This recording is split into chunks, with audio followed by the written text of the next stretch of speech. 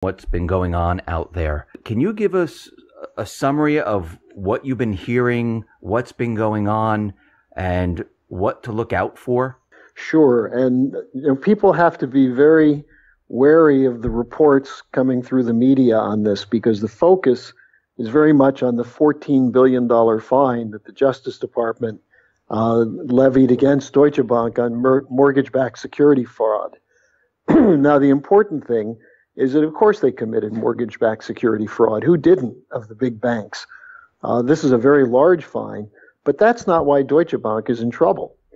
They're in trouble because they have a portfolio heavily loaded with derivatives that are opaque. No one has any real idea, the so-called level 3 derivatives. No one has any idea what's in them and what value they have. They're also holding large amounts of bad debt, sovereign debt, corporate debt. They have a tremendous exposure to the Italian banks. They're facing fraud suits in Moscow and Italy. 2 top Deutsche Bank people in Italy were arrested the other day. I mean, what we're seeing is Deutsche Bank is sort of a poster child for the post-2008 too big to fail banks. And lest people start saying, well, it's Germany, it's Europe, look at Wells Fargo. Look at the situation with Citibank and Bank of America, which are also carrying huge derivative debt and are very much integrated with Deutsche Bank. So what we're really looking at is a potential for a domino effect systemic meltdown of the whole financial system, which could be triggered by a very large fine, but that's unlikely. It's more likely that there will be a problem with derivatives, which will bring up the whole question that we faced in 2008 with Lehman Brothers, which is, can you trust the valuations that these banks have been advertising when they sell their paper? Why do you think at this point the DOJ, Department of Justice, decided to levy these fines going back to 2008? What was the whole purpose of this? Well, that's a very good question, because why did they wait till now is one question. Why did they wait till now with Deutsche Bank is another question, because Deutsche Bank has been clearly in violation on virtually every single fraudulent issue that's been under scrutiny since 2008. I think there's some game playing going on, because remember, Volkswagen was just hit with a very large fine. I think there's a fear among some that Germany may break. And by break, I mean break from the euro, break from the sanctions regime against Russia. There was just a conference today in Berlin that I attended briefly of the German-Russian Chamber of Commerce, where the whole discussion of sanctions brought up very heated denunciations of the United States from the Russians and the Germans. So the fear is that if Germany breaks, then all of Europe could break from the transatlantic financial system. We've already seen a section of the British banking system break from that with the Brexit. So I think there's a real fear that you've got to do whatever possible to keep them under the thumb of the global banks. Now, whether Deutsche Bank is going to break or be the straw that breaks the camel's back or not, I don't know, but it could be the downfall of Chancellor Merkel. And in a sense, that would be very good, because Merkel has been an errand boy for the City of London and Wall Street, totally subservient to Obama. And Germany is in the midst of a number of different crises, not the least of which is the refugee crisis, which is largely a result of U.S. geopolitical screw-ups in the Middle East. Do you hear from maybe others out there that Germany wants to they want to get rid of the sanctions against Russia, and they want to resume trade with Russia because it's really hurting the economy? Do you hear anything about those type of talks out in Germany? Oh, absolutely. Absolutely. As I said, the German-Russian Chamber of Commerce, but also what's called the Mittelstand, the medium-sized, small and medium enterprises in Germany, which really are the core of the development of new technologies and productivity that drives the German economy, the job creation of the German economy. It's mostly these small and medium enterprises. They're cut off from credit because of the banking crisis, and they're cut off from markets, not just with Russia, but they'd like to do a lot more with China as well. I just attended a major international transportation conference in Berlin, and I was talking to a very significant German diesel engine producer. And I asked him what they think about China, and he said, well, right now we're thinking very well about China. They just bought a major stake in our company. So the future for Europe is toward the east. Now, that doesn't mean it would exclude alliances with the United States, but the direction the United States is going is not the direction that will be beneficial for Europe. And I think we're also seeing a rebellion against the TTIP, the free trade agreement between the United States and Europe. The French are rejecting it. There were 300,000 people in the streets of Germany about 3 weeks ago on a Saturday demonstrating against it. The whole Anglo-American financial model is unraveling. Now, you may know there's an International Monetary Fund World Bank annual meeting going on in Washington right now, and the IMF correctly identified their policies of quantitative easing and austerity as being a disaster. So what's their solution? More quantitative easing and figuring out some way to get some of that extra money they're pumping into the system into the real economy. Now, how are they going to do that when the banks need every ounce of liquidity they can get to back up their bad debt? And so this is why people in Germany are looking for a way out. This is why there's talk now of an Italian exit, an Austrian exit, a French exit. We're seeing, and not just from the euro, but from the whole transatlantic banking system. From what you said right now, what it sounds like is that the United States government, the central bank, is putting pressure on Germany. They might be using this as a tactic to say, get back in line, or we will bring down Deutsche Bank and we'll bring down Germany and we'll destroy what you have right now. I mean, that's what it sounds like. Well, and there is an element of that. Now, the Germans are playing their own game. Kryan, the CEO of Deutsche Bank, is in Washington right now. And according to the German press, he's playing a chicken game with the U.S. He's basically saying, if you don't reduce the fine, then you could be tipping the domino that will bring down your banking system. But you see, I think this is where you see the level of incompetence of these bankers. They, on some level, believe what Lagarde, the IMF director, said in opening the meeting yesterday. Lagarde said that the U.S. has the situation under control.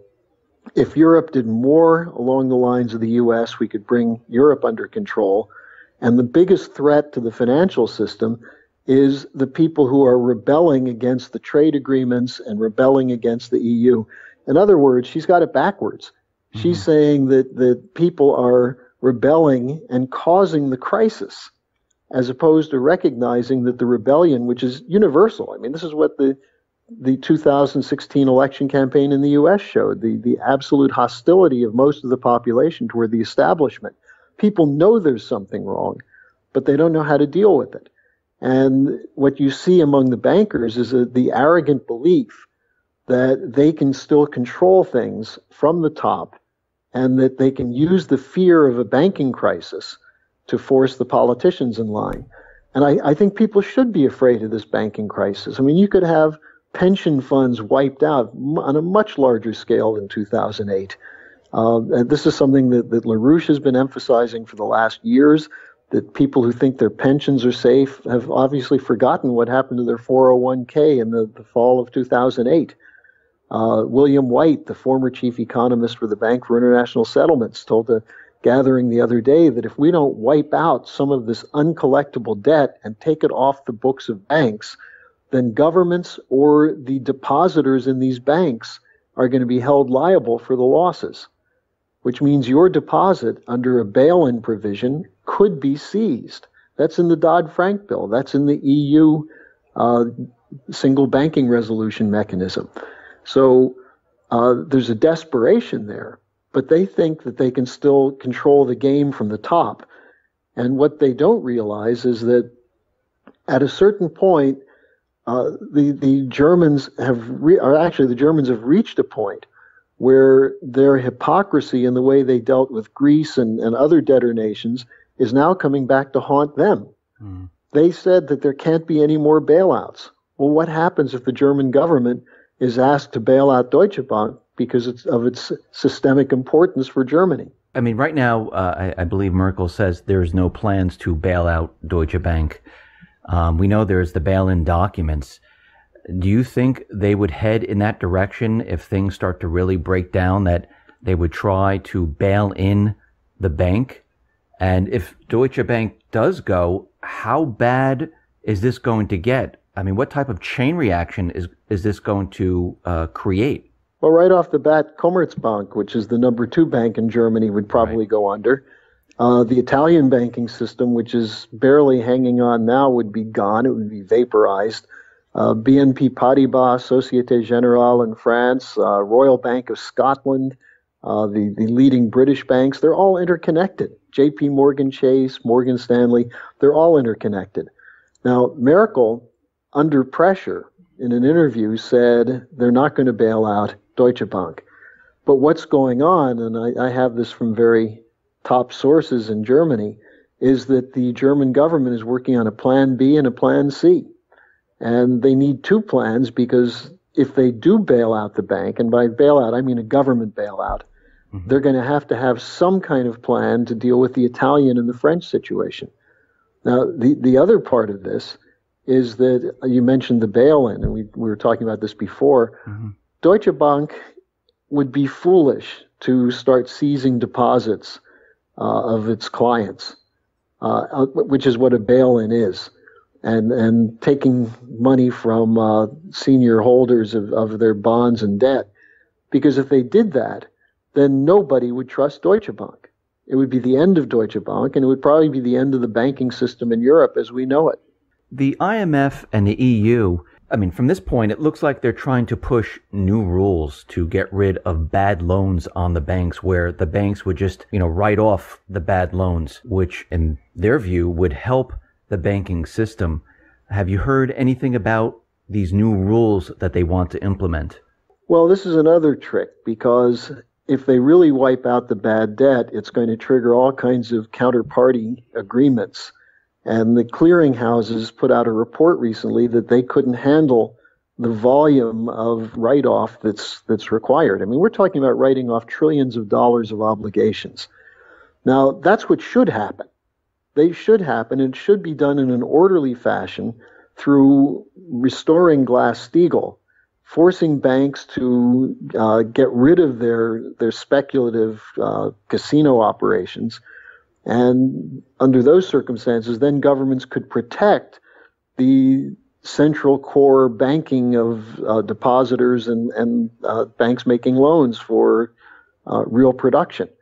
But if you're talking about what they are talking about now, of taking some of the bad debt and putting it in special investment vehicles or in bad banks, this is the Enron model from 2000. I mean, I don't know if people realize this, but Enron was advised by JP Morgan Chase and Citibank to create these things called special investment vehicles with the names like Chewbacca and things of that sort, where they created these debt modules and they were given loans from banks to back them up.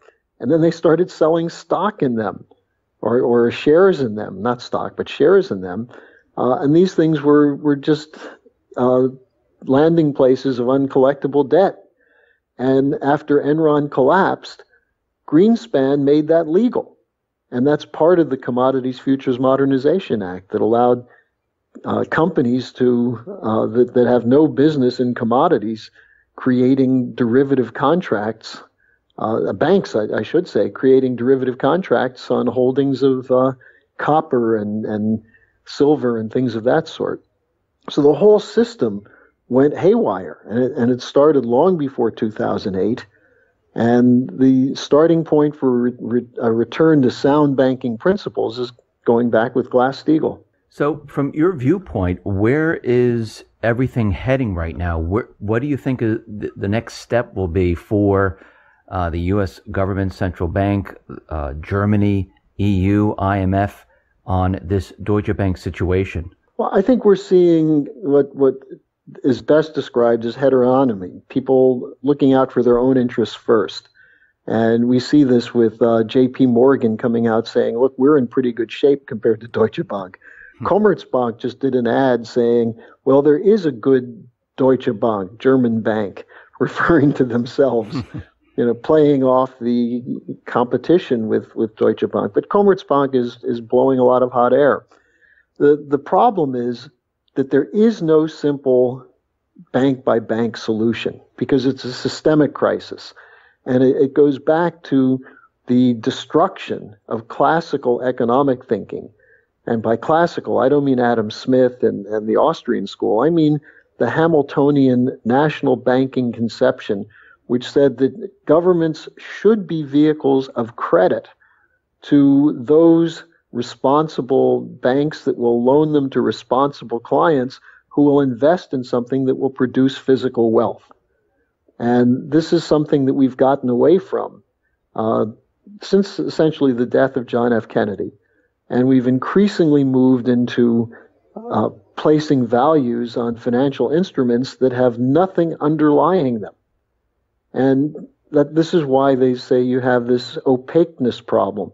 Nobody knows what's in some of these derivatives. The over-the-counter derivatives have been thoroughly deregulated. And so the people who are writing them don't even know what's in them in some cases.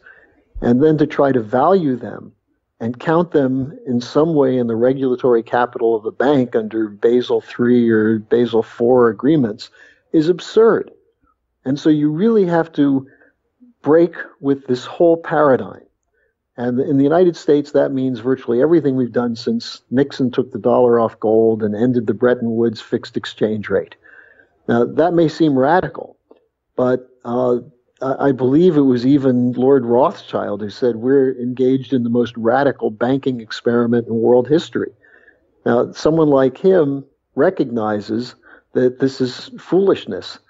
Who knows where he's putting his money?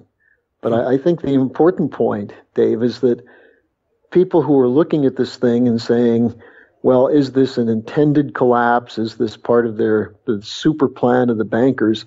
These bankers couldn't organize a 2-car funeral procession. They're incapable now of coming up with a policy option other than what will keep them in business for another week. And so, we're facing something which is inevitable. Now, that doesn't mean it's going to happen this week or next week or at the end of this quarter or the end of the fiscal year. It just means the system as it exists cannot continue much longer. And this is where the question of policy comes up.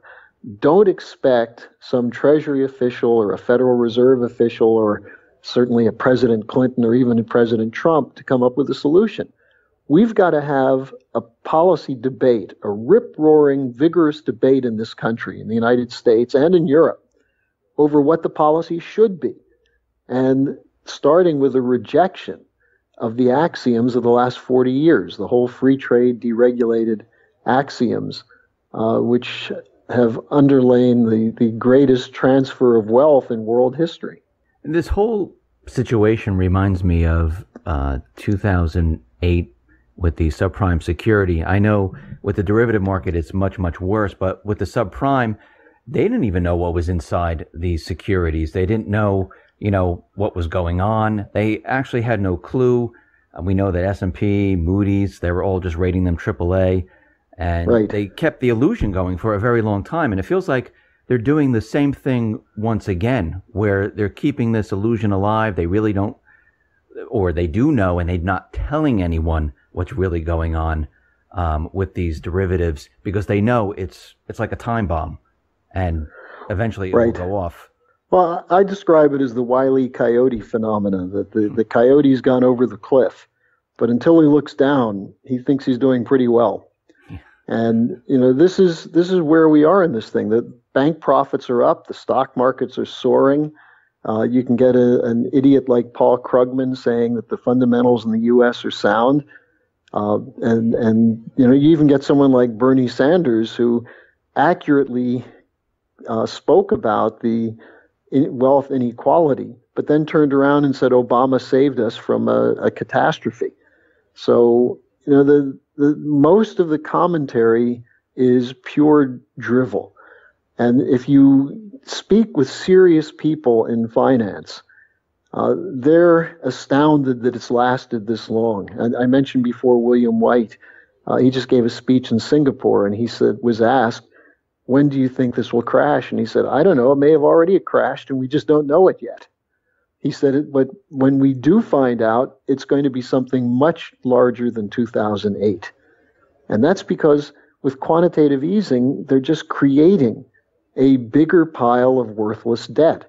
I saw the figure that in the last half year, central banks pumped almost, I think it was $600 billion in liquidity into the banking system.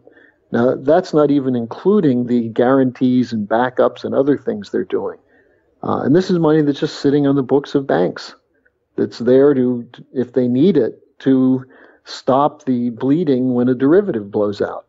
You mentioned Obama, and today it came out that the Obama administration, they spent like billions on PR firms to convince the American people that the economy is doing very well. It's funny that they would have to spend the people's money to convince the people that the economy is doing well. I mean, if the economy is truly doing well, I don't think we need convincing, and I don't think we need to spend the money on that. The only reason I believe... Go ahead. It's like the guy who is working 3 jobs and living in his brother-in-law's basement will be convinced by seeing someone in a 3-piece suit talking about the great economic recovery. Right. When the bill collector's at the door in the house, the car has just been repossessed. This is part of the fraud. It's the same fraud as Obama had following in Bush's footsteps, saying that we were conducting a war on terrorism, when in fact we're aiding the terrorists. In fact, even giving the terrorists weapons now. So, the looking glass war, or any one of the metaphors that you can use for what happens when a small group of people take power and take control and have no real blocks against them. The Congress is bought and sold. But the interesting thing I would add, though, going back to what I said earlier about a vigorous debate, we saw something that I think nobody would have expected, which is both the Democrats and the Republicans put a plank for Glass-Steagall in their platforms at their conventions. Now, on the Democratic side, Hillary Clinton did it despite most of her primary campaign talking against Glass-Steagall. Now she's also saying she's against the TPP. I don't think anybody can trust her as far as they can throw her. On the Republican side, there were people who had to fight to get the Glass-Steagall put in, but Trump himself intervened to make sure it stayed in the platform. Now, that doesn't mean that either of them could be trusted to do it, but there is a Glass-Steagall bill before the Congress. There's a lot of discussion going on in the Congress right now about, what's going to be the future. And the Deutsche Bank issue, and also the hearings they've had on Wells Fargo, where, and this, Dave, Wells Fargo is advertising itself as the clean bank. Right. And then you find out that people who barely have a nickel in their banks, the sudden bank account, suddenly discover they actually have 12 accounts. It's funny because whenever the banks or corporations tell you how clean they are, how great they are, how they're doing it for the people, it always seems like it's the opposite of what's really happening. Yeah, check your back pocket to see if your wallet's been lifted. And it feels like it's a PR stunt, just like everything else. You mentioned terrorism. You mentioned what was going on in other places around the world. And we know that the economy and what is happening around the world is all interconnected. It's not just one without the other. And we mentioned this in other times that we spoke about Syria, about Libya, Lebanon. Now, Syria is a complete mess. Right now, it looks like Russia and the Syrian government, they're making a push to take back Aleppo. And I know Aleppo is a very strategic area, and the United States doesn't want to lose Aleppo. But what we're seeing right now is the U.S. is using a lot of propaganda because they're losing ground. Russia and the Syrian government, they're destroying the Islamic State. They're hitting al-Nusra. They're hitting al-Qaeda. I don't even think there are moderate rebels. I think they're just all terrorists. Yeah. I mean, what at this point, we know this is all also dependent on the petrodollar because they wanted to get into Syria, maybe then go into Iran, control the Middle East, keep the petrodollar propped up. What happens now? Where the U.S. going to do at this point? Because they're not even supposed to be in Syria. I mean, they're in Syria, mapping out a piece of Syria, building bases. The French are building bases in a sovereign country. The U.S. is there illegally in violation of international law. The Russians were invited in by the Syrian government. But you have this irony where you have a president who says that Assad should not be the leader of Syria. And as Sergei Lavrov, the Russian foreign minister, asked, when did Obama get Syrian citizenship and a right to determine who the president is? Look, this is an extension of a geopolitical doctrine which goes back to the Project for a New American Century, the neocons who were responsible for the Iraq War, the Paul Wolfowitzes, the Rumsfeld, and others. And what was their view? Their view is that with the end of the Cold War, no country or bloc of countries can be allowed to challenge the dominance of the U.S. and its allies in using free markets as a source of loot to prop up their banking system. And so that's what the idea is. That's what Obama says about why the TPP, the Trans-Pacific Partnership, instead of the Chinese proposals, because he said, we have to write the rules. This is a unipolar world asserting itself. And the Russians and the Chinese in particular had the gall to say, we don't want to go into your world. When Putin was asked, why don't you buy Eurobonds, Putin said, well, we don't eat other people's spoiled food. All it does is give us indigestion. And even with the sanctions and everything else being done against Russia, the Russian economy is in relatively good shape. They have very little debt. They're starting to revive a machine tool sector and an industrial capability. The Chinese economy, you keep hearing the horror stories, and there are problems in China. Are they growing too fast? Well, I don't know. They've lifted 250 million people out of poverty in the last 12 years. They're building things. They're building new cities. They're building railroads and power plants in Africa. So this new paradigm that's coming into existence is a threat to the collapsing transatlantic system. That's why the United States is, and by the United States, I mean Obama and the main media and literally both parties, is so anti-Putin, because Putin won't play by the rules of a collapsing system. And much of the world now is turning against the United States. Obama was the odd man out at the G20 summit in China. Even the Philippine president called him a son of a bitch and said he's not going to meet with him. So, and the Philippine president said, if we want to talk to the Chinese, we'll talk to the Chinese. We don't need the United States to talk to them for us. So we're seeing an eclipse of American influence because of the failed policies economically, and then the military policies to try and cover up for the failed economic policies. And I can tell you this, the Russians and the Chinese are not going to back away. They saw what the U.S. did to pull off a coup in Brazil to get rid of Dilma Rousseff, but they're not going to drop the BRICS initiative. They're not going to drop the Asian Infrastructure Investment Bank. They're not going to drop the Shanghai Cooperation Organization. You've got much of the world moving in the direction of the Chinese and the Russians, of infrastructure, of science, of technology, of educating their youth. And in the United States, we're turning our country into a cesspool. So, I think the key challenge for Americans is not to succumb to pessimism, but to actually look at what the Russians and Chinese are doing is they're borrowing a page from our book. The space program in China is directly modeled on what JFK did with NASA.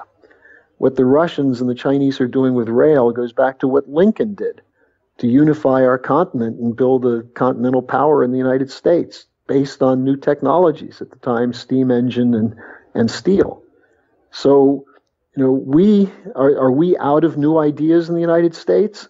Or are our only new ideas how to make digital components smaller and smaller? Or can we recapture the spirit of NASA and the spirit of discovery and the frontier? And that's the challenge for us.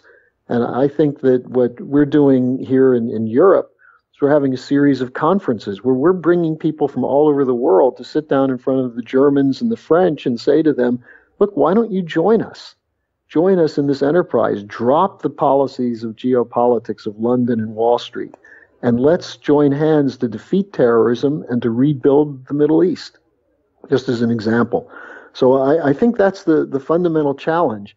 And what Deutsche Bank brings up is just a perfect example of what happens when you allow the arrogance of speculators to take over and dominate the functions of governments. It's not that government is bad, it's that the bad people are controlling the government.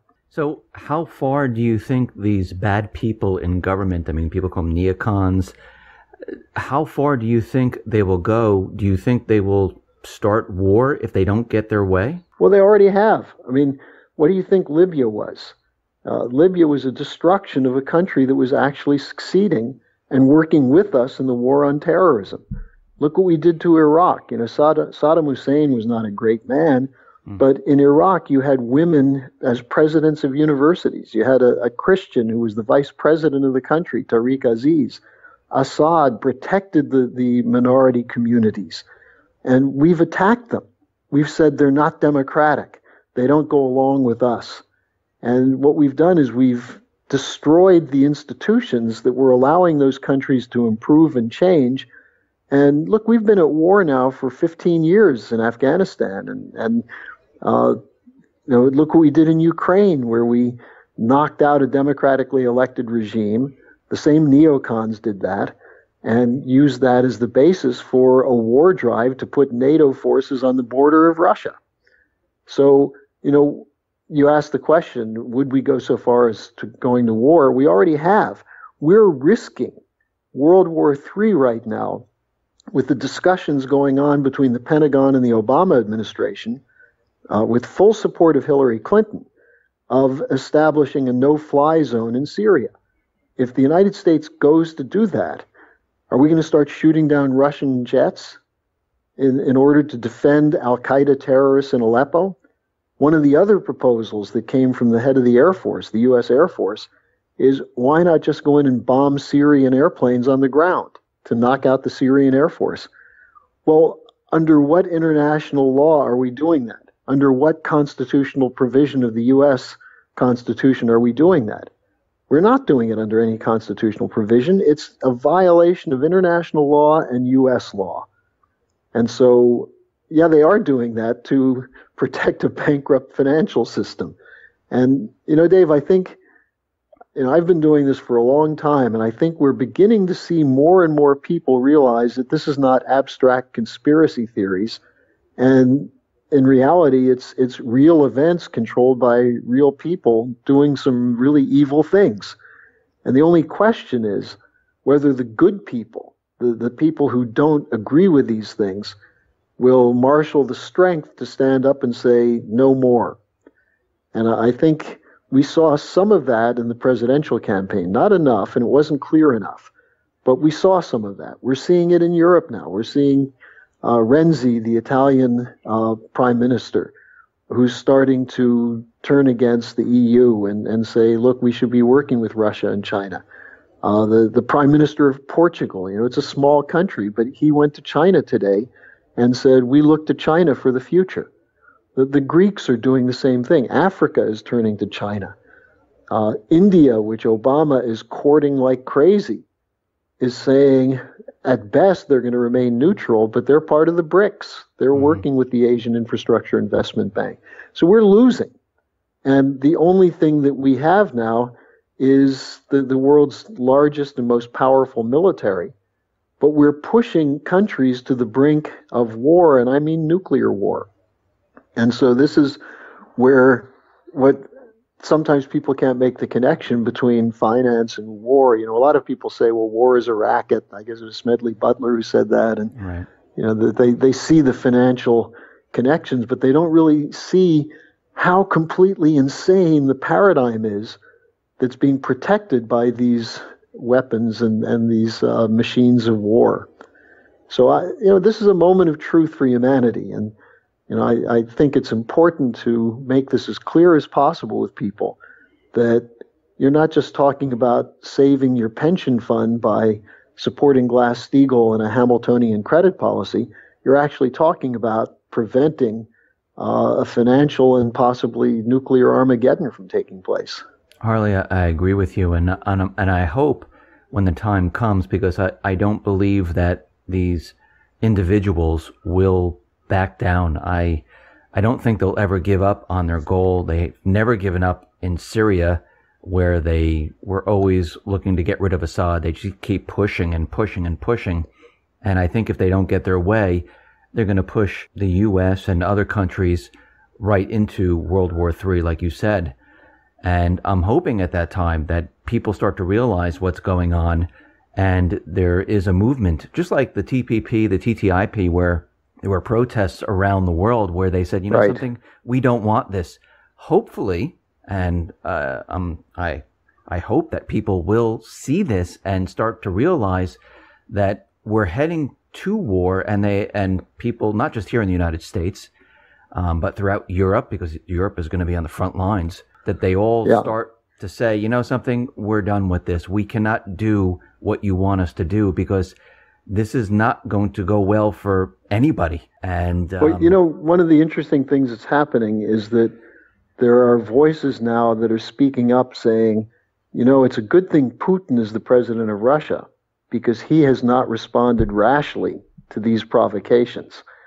Imagine if you had a drunk like Yeltsin sitting in the Kremlin now, or one of the hardcore right-wing Russian nationalists, because the Russians definitely see this. I mean, they're talking about something that they haven't seen in Ukraine, where you have a government that has openly avowed neo-Nazis in their defense department and their interior ministry, who are calling for the deployment of nuclear weapons to Poland and Ukraine to stop a Russian invasion. And the Russians know they're not about to invade those countries. They don't want to have to deal with the Ukrainian economy. No. So you have, thanks to Putin, we haven't had a war yet.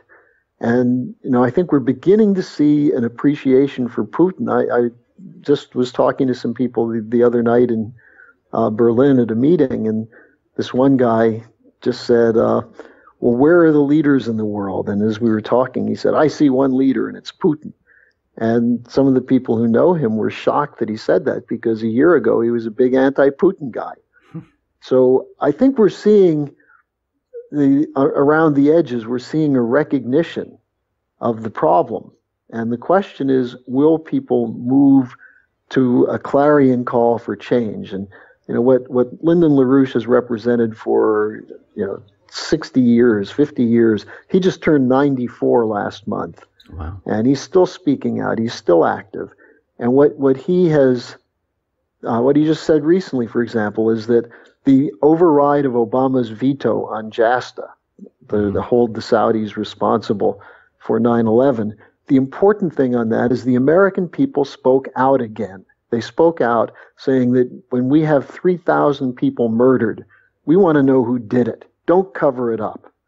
And we saw a similar vote, as you remember, in September 2008, when the Congress was stampeded initially to vote against the bailout.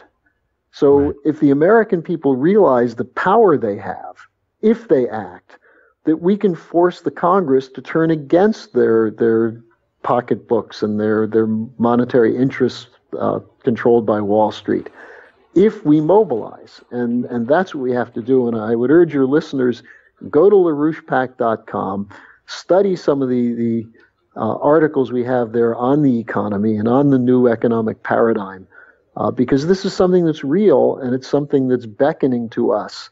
And if we have the good sense to move with it, we can avoid the worst consequences that we're otherwise heading towards. Harley, I want to thank you for being on the X22 Report Spotlight. I really appreciate it. Thank you very much for coming on. It's my pleasure. I always enjoy talking with you, Dave, and your listeners are, I find some of their comments on the YouTube site and elsewhere provocative and interesting. And if I can shake them up a little bit, I'm happy to do it. Thank you very much for being on the Spotlight.